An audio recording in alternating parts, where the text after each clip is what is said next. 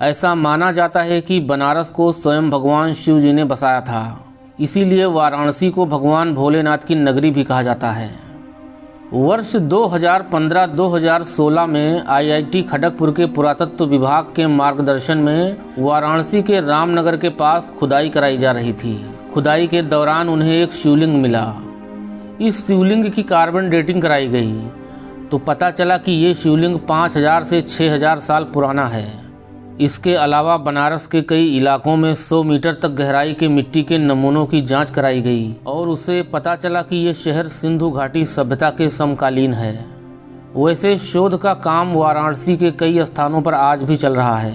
इसी क्रम में ज्ञानवापी मस्जिद में शिवलिंग भी खोज लिया गया है। अब इस पर कार्बन डेटिंग के माध्यम से पता चलेगा कि प्राप्त शिवलिंग कितना पुराना है और इसे कब स्थापित किया गया था। फिलहाल अभी ऐसे बहुत से राज खुलने बाकी हैं। काशी का उल्लेख महाभारत, रामायण और बहुत से वेद पुराण व काव्य ग्रंथों में मिलता है।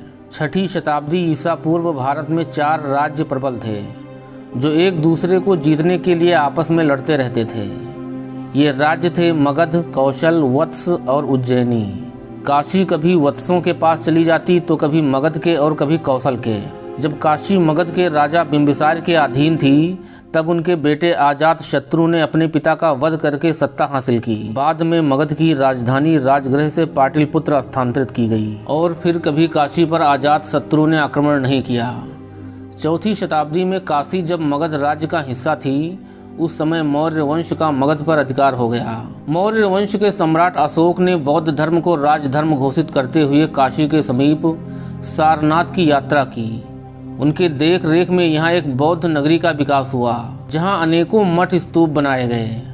मौर्य काल में ही काशी, तक्षशिला और पाटलिपुत्र को जोड़ने वाली सड़क का निर्माण हुआ जिसे बाद में सूरी वंश के शासक शेर शाह सूरी द्वारा नवीनीकरण कराया गया और उसे ग्रांड ट्रंक रोड कहा गया। 1ली शताब्दी ईसा पूर्व मौर्य वंश के पतन के बाद कुषाण वंश के शासक कनिष्क के शासनकाल में काशी की समृद्धि, तेज व चमक फीकी पड़ गई। इस समय नगर का कोई विकास नहीं हुआ। गुप्त काल के समय में काशी कला की दृष्टि से समृद्ध होने लगी और गुप्त काल के महानतम राजा समुद्रगुप्त का समय भारत का स्वर्ण युग कहा गया। इस समय की सोने की मोहरें, शिक्षण संस्थान और वनों के महत्व का प्रमाण आज भी मिलता है। 7वीं शताब्दी के प्रारंभ में चीनी यात्री ह्वेनसांग काशी में पहुंचा। उसने काशी को घनी आबादी, समृद्धि और शिक्षा का प्रमुख केंद्र बताया। उसने 20 महत्वपूर्ण मंदिरों और एक विशाल शिवलिंग का भी उल्लेख किया। 8वीं शताब्दी में आदि शंकराचार्य जी का काशी में आगमन हुआ और उन्होंने सनातन धर्म को पुनः मजबूती से स्थापित किया। मध्यकालीन इतिहास में 11वीं शताब्दी की शुरुआत में काशी कन्नौज के राजा विजयचंद के अधीन हो गई। इन्होंने बाहरी मुस्लिम आक्रमणकारियों को काशी आने से कई बार रोका और उन आक्रांताओं से काशी के प्राचीन आस्था के केंद्र, प्रमुख मंदिरों को सुरक्षित रखा। विजयचंद का पुत्र राजा जयचंद महान राजा पृथ्वीराज चौहान के खिलाफ थे। राजपूत राजाओं के आपसी विवाद का लाभ उठाकर कुतुबुद्दीन ऐबक, जो मोहम्मद गोरी का गुलाम था, उसने 1194 में जयचंद को हराया और कुतुबुद्दीन की सेना ने काशी में लूटपाट की और नगर बर्बाद कर दिया। उसकी सेना ने काशी के हजारों मंदिरों को नष्ट कर दिया और मंदिरों के अवशेषों का उपयोग करके मस्जिदों के निर्माण में लगा दिया। मुगल बादशाह अकबर के शासनकाल में अकबर ने काशी के मंदिरों और घाटों की मरम्मत के लिए अपने 2 मंत्रियों को बनारस भेजा। आगे चलकर इसी मुगल वंश में जब औरंगजेब बादशाह बने तो उसने काशी के तमाम मंदिरों को नष्ट करवा दिया। उसी में से ज्ञानवापी भी शामिल है जिसमें अब शिवलिंग मिला है। 18वीं शताब्दी में सांस्कृतिक पुनर्जागरण की एक नई लहर मराठों के जरिए काशी में आई। मराठों ने नगर का पुनः निर्माण किया, कई मंदिरें बनवाई। इसीलिए कहा जाता है कि आधुनिक वाराणसी अधिकतर मराठों की रचना है। इंदौर की रानी अहिल्याबाई ने 1775 ईस्वी में वर्तमान काशी विश्वनाथ मंदिर का भव्य निर्माण कराया। काशी कई बार उजड़ी और कई बार बसी। काशी कुछ समय के लिए अवध के नवाबों के अधीन भी रही और बाद में 1738 में वर्तमान काशी राज्य के संस्थापक मनसाराम की राजधानी बनी। 1763 में बलवंत सिंह ने रामनगर में एक किला बनवाया जो गंगा नदी की दूसरी ओर है। अंत में 1794 में बनारस अंग्रेज़ों के पास चली गई।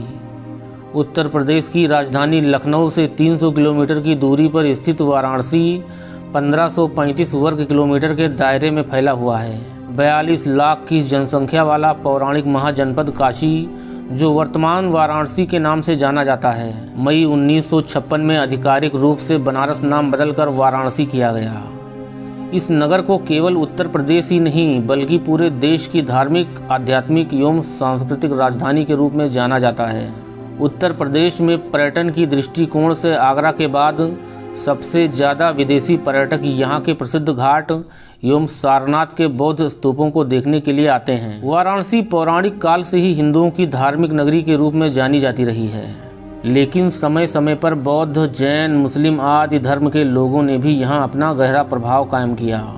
वर्तमान में वाराणसी जनपद 3 तहसीलों में बटा हुआ है: वाराणसी, पिंडरा एवं राजा तालाब। वाराणसी शहर देश के प्रमुख शहरों द्वारा रेल मार्ग, वायु मार्ग एवं सड़क मार्ग द्वारा अच्छे से जुड़ा हुआ है। आपको बता दें कि वाराणसी नाम इसे क्यों दिया गया था। दरअसल वाराणसी शहर गंगा नदी के किनारे बसा हुआ है और इसके दोनों ओर 2 नदियां वरुणा और अस्सी प्रवाहित होती हैं। ये दोनों नदियां आगे चलकर गंगा में विलीन हो जाती हैं, इसीलिए वरुणा और अस्सी के संयोजन से वाराणसी शब्द की उत्पत्ति होती है। वाराणसी शब्द का पहला उल्लेख यजुर्वेद में मिलता है। वाराणसी में कालीन उद्योग, बनारसी रेशमी साड़ी उद्योग तथा कृषि पर आधारित तमाम छोटे बड़े उद्योग स्थापित हैं। जिले की अर्थव्यवस्था मुख्यतः कृषि पर आधारित है। वाराणसी जिले से हर रोज सैकड़ों लोग भारत के अन्य दूसरे शहरों में रोजी रोटी के लिए पलायन करते हैं। वाराणसी में पर्यटन की दृष्टि से तमाम धार्मिक और ऐतिहासिक स्थान हैं, जिन्हें देखने देश विदेश के लोग आते हैं, जैसे रामनगर किला, काशी विश्वनाथ मंदिर, नया काशी विश्वनाथ मंदिर, काशी विश्वनाथ कॉरिडोर, बनारस हिंदू विश्वविद्यालय, मार्कंडेय महादेव मंदिर, सारनाथ, धर्मराज का स्तूप, अस्सी घाट, संकट मोचन हनुमान मंदिर। दोस्तों, यदि आप बनारस आएँ तो यहाँ के मिठाइयों और स्ट्रीट फूड में चाट पकौड़े को ज़रूर खाकर टेस्ट करें। ये हकीकत है, वाराणसी में मिलने वाली हर एक चीज़ खास होती है, इसीलिए बनारसी पान के चर्चे पूरी दुनिया में हैं।